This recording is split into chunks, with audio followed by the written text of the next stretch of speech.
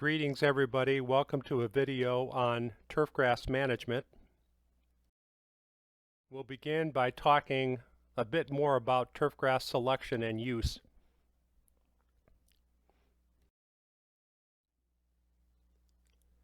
There are several different selection criteria that you could use to choose a turfgrass for your particular location and site. One criterion might be color, or texture, or the density of the turfgrass. But you might also want to consider these: the mowing height that the turfgrass will be maintained at, its drought tolerance, its tolerance to foot traffic. In other words, its tolerance to having people walk on it or play on it. And finally, the light requirement of a particular turfgrass. So all these things are things that you need to consider when selecting a turfgrass for your location.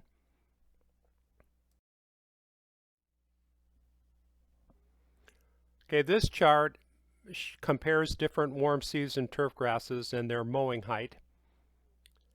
Bermuda grass and zoysia grass can be mowed on the low side, where byegrass is generally mowed higher.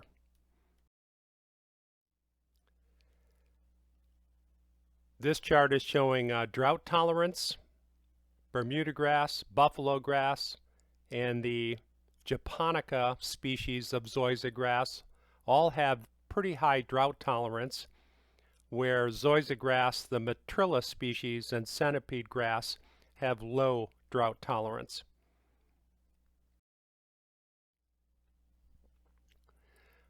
In general, zoysia grass has high tolerance to traffic. Bermuda grass is very good as well. On the lower end of the scale are St. Augustine grass and centipede grass.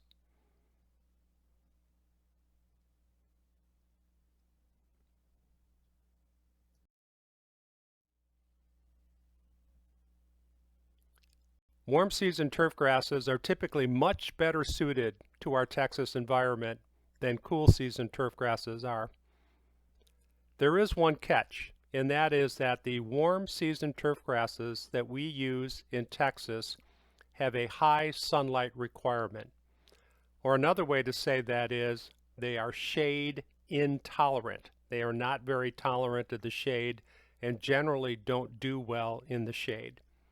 In comparison, the cool season turfgrasses tend to do better in the shade than our warm season turfgrasses.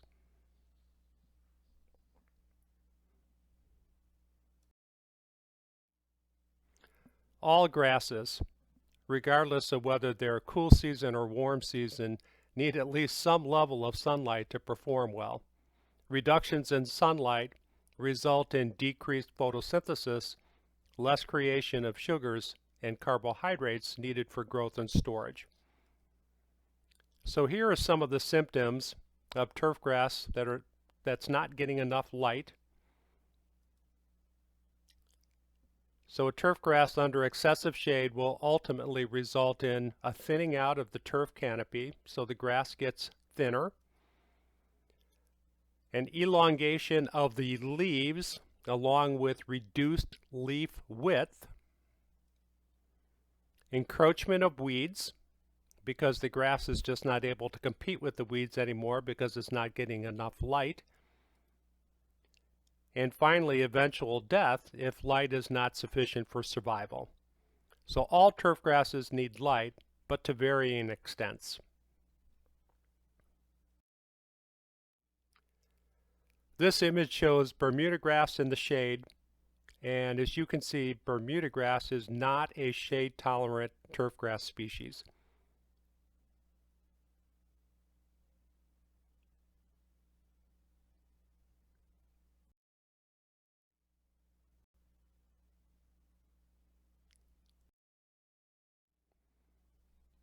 Well, all I can say about this picture is, where are the safety guards? This is quite the mower. Mowers didn't come around until the 1800s. And when we talked about tools of the trade, we mentioned that there are two basic kinds of mowers that we can use on turf grasses. One kind is the rotary mower, which you see pictured on the left-hand side. These are good for maintaining turf grasses at a height of 2 inches or more. The other style of mower, which you see pictured over on the right-hand side, is what we call the reel mower, and these are better at managing turf grasses at heights from about a half an inch to 2 inches. So if you need to maintain turf grass at a low height, then you're going to want to use a reel mower to do that.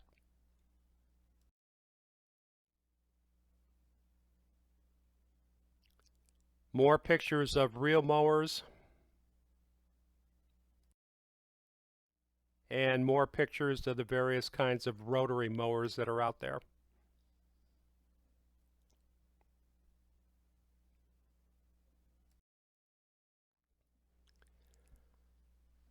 Maintaining sharp blades on your mower, regardless of what style it is important. If you look at the grass clipping on the right, that was cut with a sharp blade, and you can see that there's very little necrosis, very little dead tissue there. If you look at the grass blade on the left-hand side, that was cut with a dull blade, and you can see in the picture much more necrosis, much more dead tissue. So keep the blade sharp.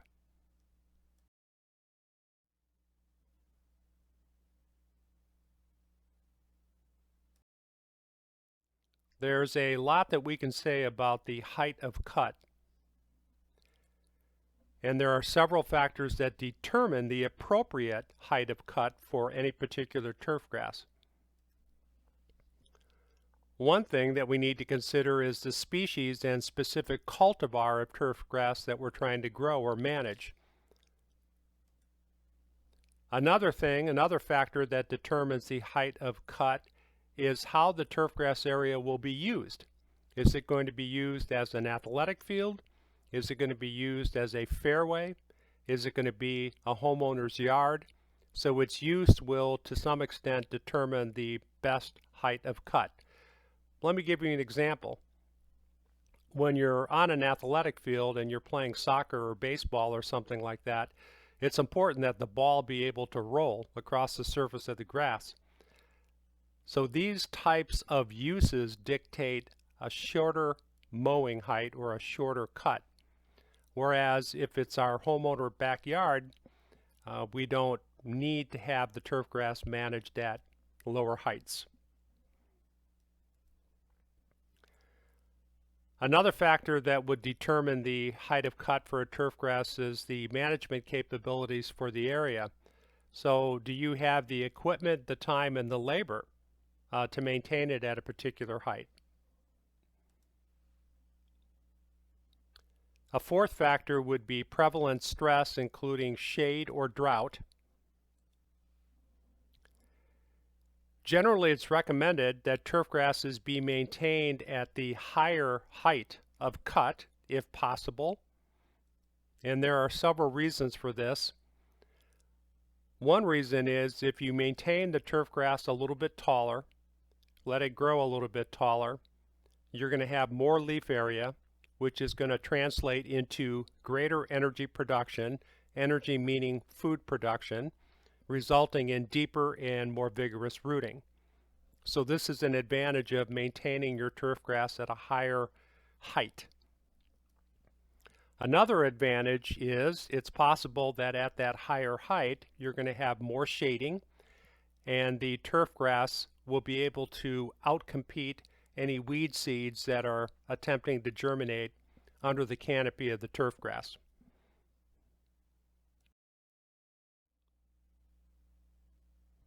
This table shows the general relationship between mowing height and species of warm season turf grass.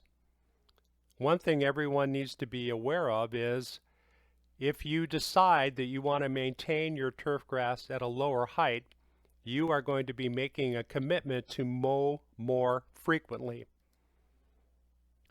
Another thing to consider is that the finer textured a turfgrass species is, the more tolerant it is of lower mowing heights.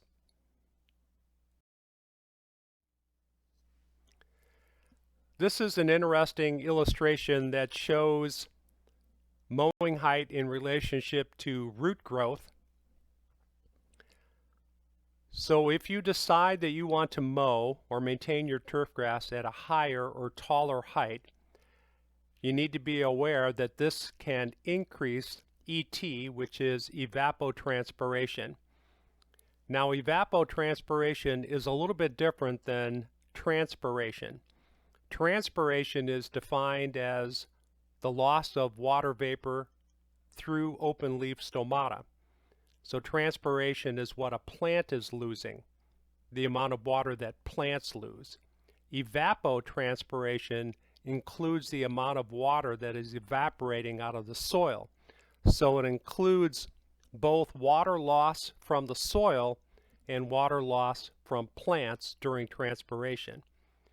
So having a higher mowing height will increase evapotranspiration, mostly because you have more grass blade, more surface area for transpiration to occur. But increasing your mowing height can increase your rooting potential. So the more blades of grass you have, the more food you can make during photosynthesis, and the more of that food energy you can put into root production. If you decide that you want to maintain your turf grass at a lower height, be aware that that will commit you to more cultural practices, more mowing, more frequent mowing, and more care.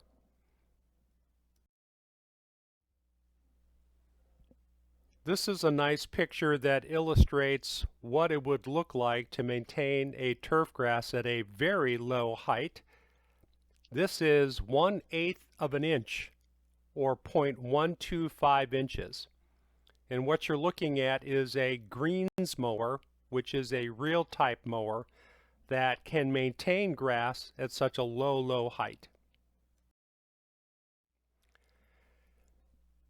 Athletic fields, on the other hand, might be managed somewhere between 1 to 1.5 inches, again using a real type mower.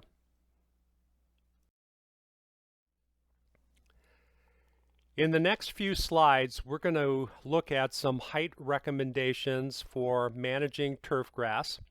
And the recommendations are for lawns and public spaces.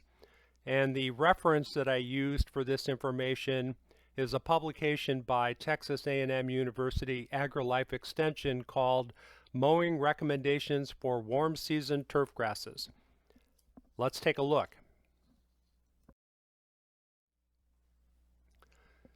A lot of us have Bermuda grass, and Bermuda grass comes in two basic types. There's common Bermuda grass, which can be propagated from seed, and the general mowing recommendation for common Bermuda grass is between 1.5 to 3 inches.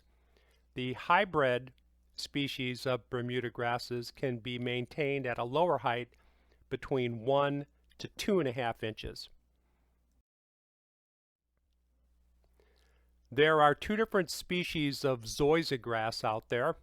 One species is called Zoysia japonica.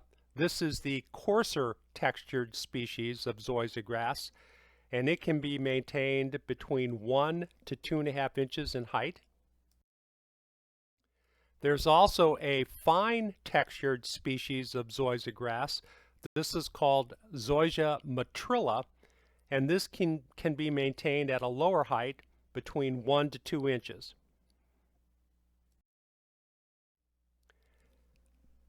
St. Augustine grass, 2.5 to 4 inches.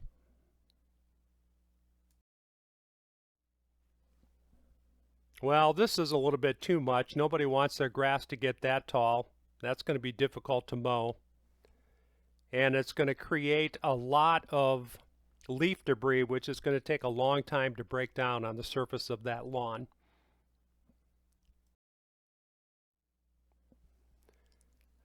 I like this illustration because this shows us that when you mow your yard, generally the recommendation is to remove only 1/3 of the turf grass leaf blade at each mowing. Well, why only 1/3? You have to remember that when you're cutting grass blades, you're cutting leaves. And leaves photosynthesize and are the source of sugars for those grasses.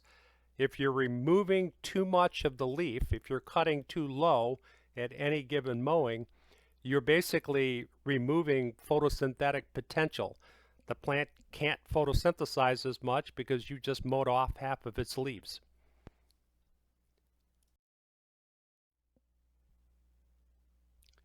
This table just summarizes the relationship between mowing height and species of warm season turfgrass.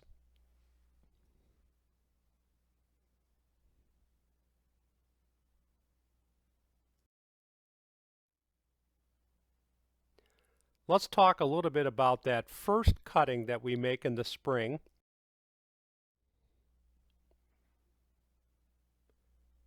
This was interesting to me. I found information about the first grass cutting that we make in the spring in our textbook. I also found additional information from Texas A&M University. The initial mowing in the spring after the last frost and prior to spring greenup can be done very low. In fact, it can almost be a scalping of the grass. The mower can be set between 1¼ to 1½ inches, and this initial low cutting in the springtime, which you only do once, it's your first mowing in the spring. It's not something that you continue throughout the growing season. What people have found is if your first cutting is a low cutting, it promotes tillering, and tillering is the formation of shoots from the side of the grass plant down near where the crown is, which causes the grass to kind of fill in, and it gives the lawn a faster green up in the spring.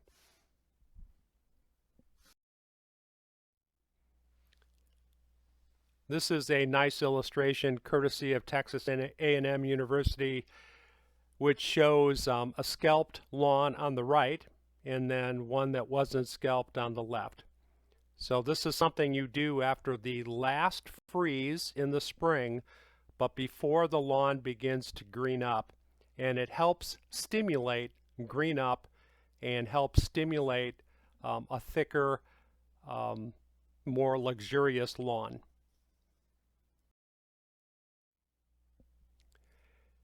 Aerification and thatch management.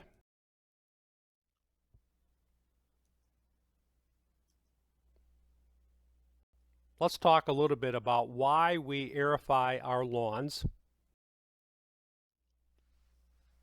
And the first reason is compaction. Soils can become compact or compacted. If you look at the diagram on the left, you're looking at the soil particles that a soil is made out of, sand, silt, and clay. And you can see that there's air spaces between the particles. So we have a nice balance between air, which is shown in white, and then the water, which is shown in the blue. So after a lawn is irrigated and is allowed to drain, a lot of the water is going to drain away, but some of the water is going to adhere itself around the different mineral particles that make up the soil, and that water will be available to turfgrass. The picture on the right shows a compacted soil, and you can see by looking at the image that there's just no airspace left anymore. So there's several reasons why a soil can become compacted. Probably the most obvious reason is construction. So new homes generally have compacted soils around them because of all the machinery and traffic that occurred during the construction phase. Heavy machinery, excessive foot traffic, over-tilling, and working soils when they're wet can all contribute to soil compaction. Clay soils are especially susceptible to compaction.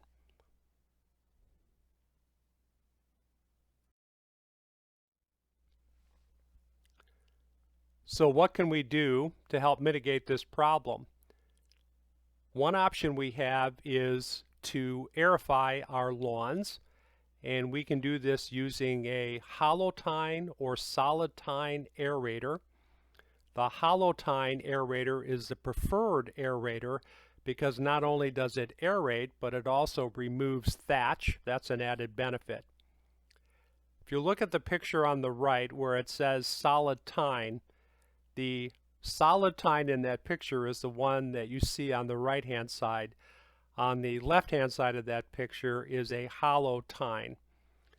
So the solid tine will punch holes in your grass and into your soil, and it will allow for water and air infiltration into the soil, but it doesn't do anything to alleviate a thatch problem. The hollow tine aerator is the preferred aerator.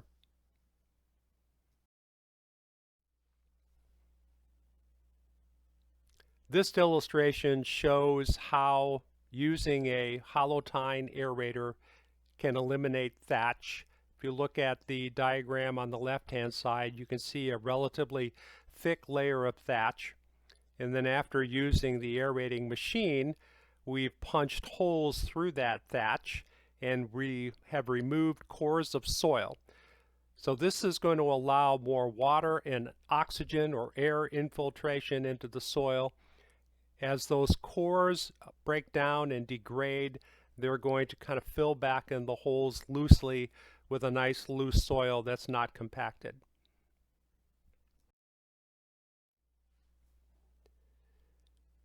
Okay, this is an example of a piece of lawn that needs aerification. This particular lawn area is highly compacted. There are some other visual indicators that we can use to tell if a soil is compacted. And one method is by looking for certain weed species that thrive in compacted soils. One such species is goosegrass, and another species is prostrate knotweed. If you see either of these growing in your lawn, that may be an indicator of a compacted lawn, compacted soil situation. The second reason why we aerify our lawns is because it can help reduce the buildup of thatch. So what exactly is thatch? Well, thatch is the intermingled layer of living and dead grass stems, roots, rhizomes, and stolons that develop between the live grass vegetation of your lawn and the soil surface. The thatch layer is composed of plant parts at various stages of decomposition.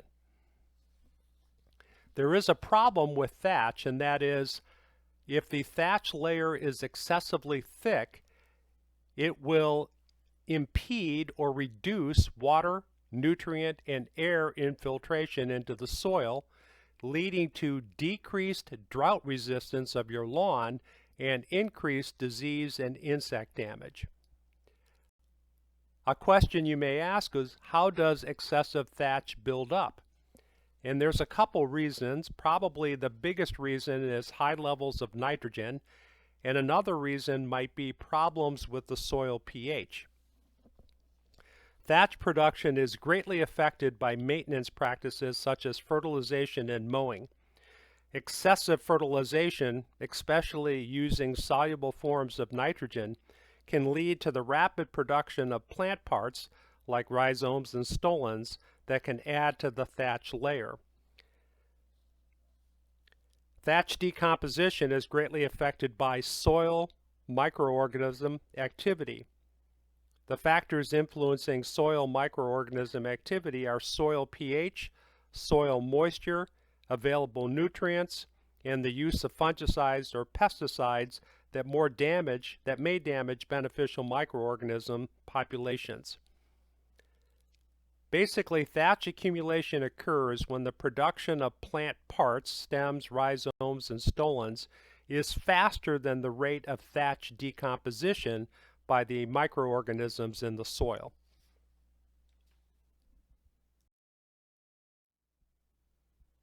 This image shows a relatively thick layer of thatch.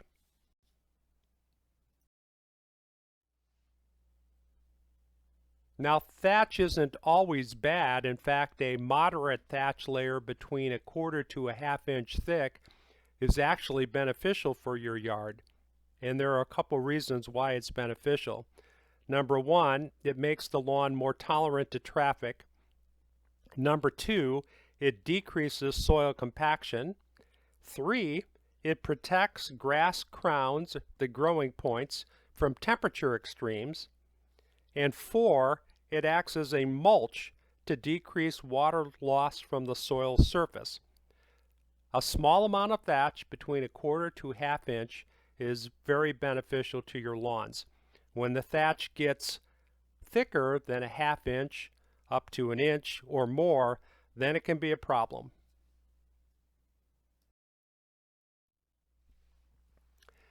Species of turfgrass that are rhizomaceous or stoloniferous can also contribute to thatch problems because rhizomes essentially can become thatch along with stolons.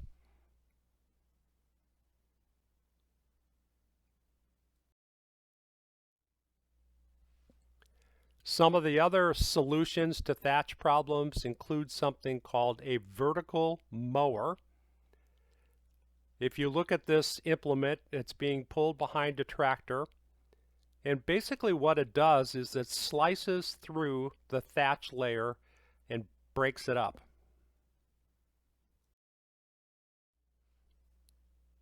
And then of course there's always a power rake. This is a machine that has tines that spin very, very quickly that rake through the thatch layer and break it up.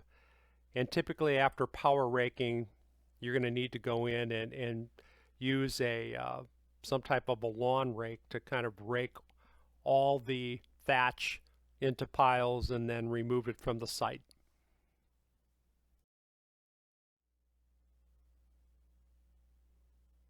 When is the best time to aerify a lawn, or when is the best time to use a vertical mower or a power rake on my lawn for dethatching? And the answer depends on whether the turf grass is cool or warm season. The short answer is basically just before shoot growth begins in the spring. For the warm season turf grasses, that's the time when you want to aerify. So in Texas, in north central Texas where we are, that will probably occur late March into the beginning of April. That would be the best time.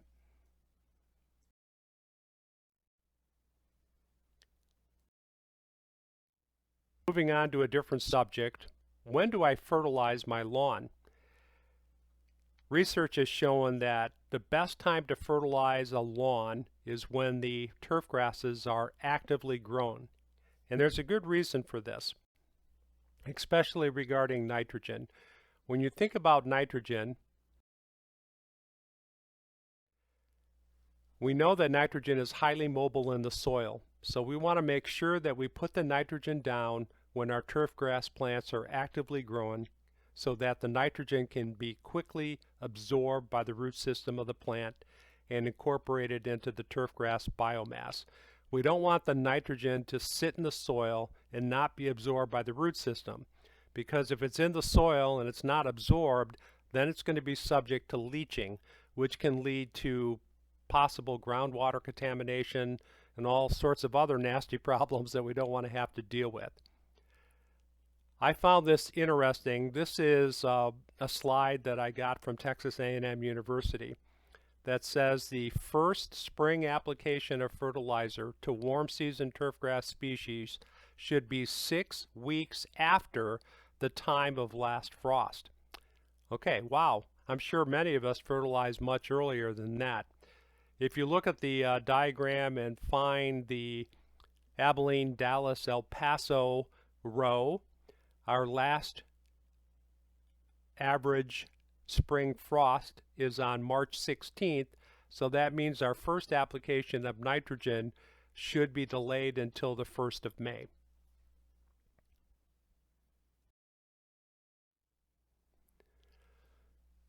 Of course, no one can talk about fertilizing without doing a soil test first. A soil test is important to tell you or provide you with information about the texture of your soil, the pH of your soil, and the existing levels of nutrients in your soil so that you can make a better decision about a fertilization program. We already know that soil pH controls nutrient availability, and I've shown students this chart many times before in other classes. And this just shows the relationship of soil pH and the availability of different nutrients.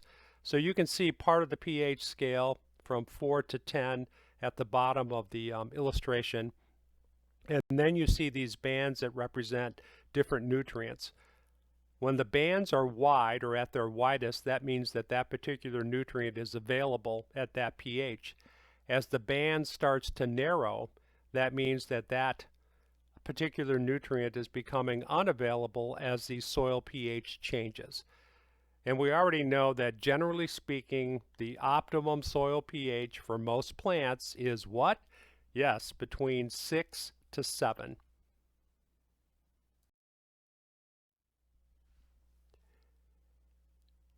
This diagram or chart summarizes the yearly nitrogen requirement by warm season turfgrass species.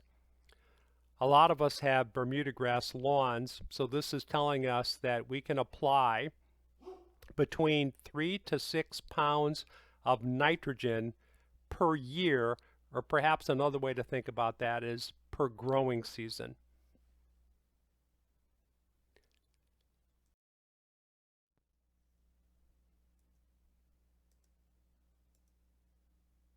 When we're talking about nitrogen applications, we don't want to be dumping 6 pounds per 1,000 square feet of nitrogen on our Bermuda grass all at once. We want to break those applications down into smaller applications and spread them out over the course of the growing season. So the recommendation would be somewhere between 1/2 to 1 pound of nitrogen per 1,000 square feet per month during the growing season. This would be a typical recommended range. Now, depending on the age of the turf grass, the soil organic matter levels, and whether or not you're using a recycling type mower, little to no fertilizer may be needed at all. As it turns out, those grass clippings are a significant source of nitrogen. If you're doing recycling and putting the clippings back into your yard, those clippings are going to reduce your annual nitrogen needs by up to 50%. They're going to be rapidly decomposed by soil microbes, and that is as long as they're small.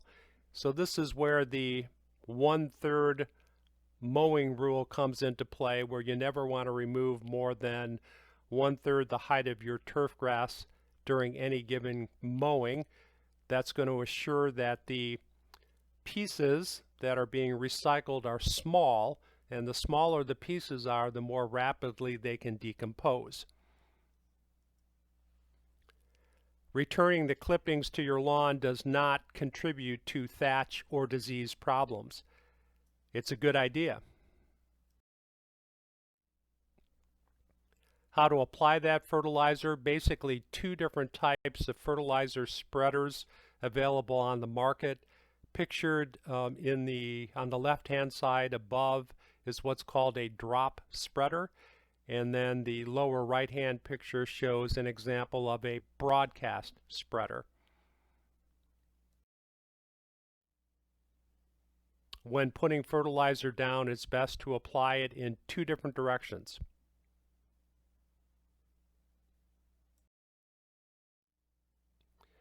We'll end with a little bit on irrigation, and I mean a little bit. I'm not going to talk extensively about irrigation. You could have an entire course on turfgrass irrigation. Some general rules that you should be familiar with. Number one is if you water deeply and infrequently, It will lead to a better, deeper root system on your turf grasses. If you water shallowly and more often, it will lead to turf grasses that have a more shallow rooting system. So if you want your turf grasses to be more drought tolerant, then you need to water deeply and infrequently. Now, infrequently might be as little as 1 or 2 times a week. If you're watering your turf grass every day, then your turf grass is not going to develop an extensive root system and may not be able to survive droughty conditions when they come.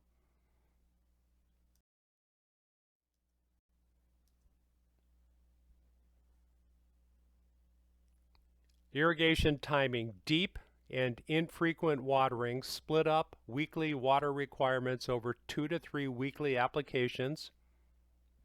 Avoid midday and night irrigation events. Early morning irrigation is ideal, and early morning could be defined as somewhere between 3 to 4 a.m. to 9 a.m. in the morning. That's early morning.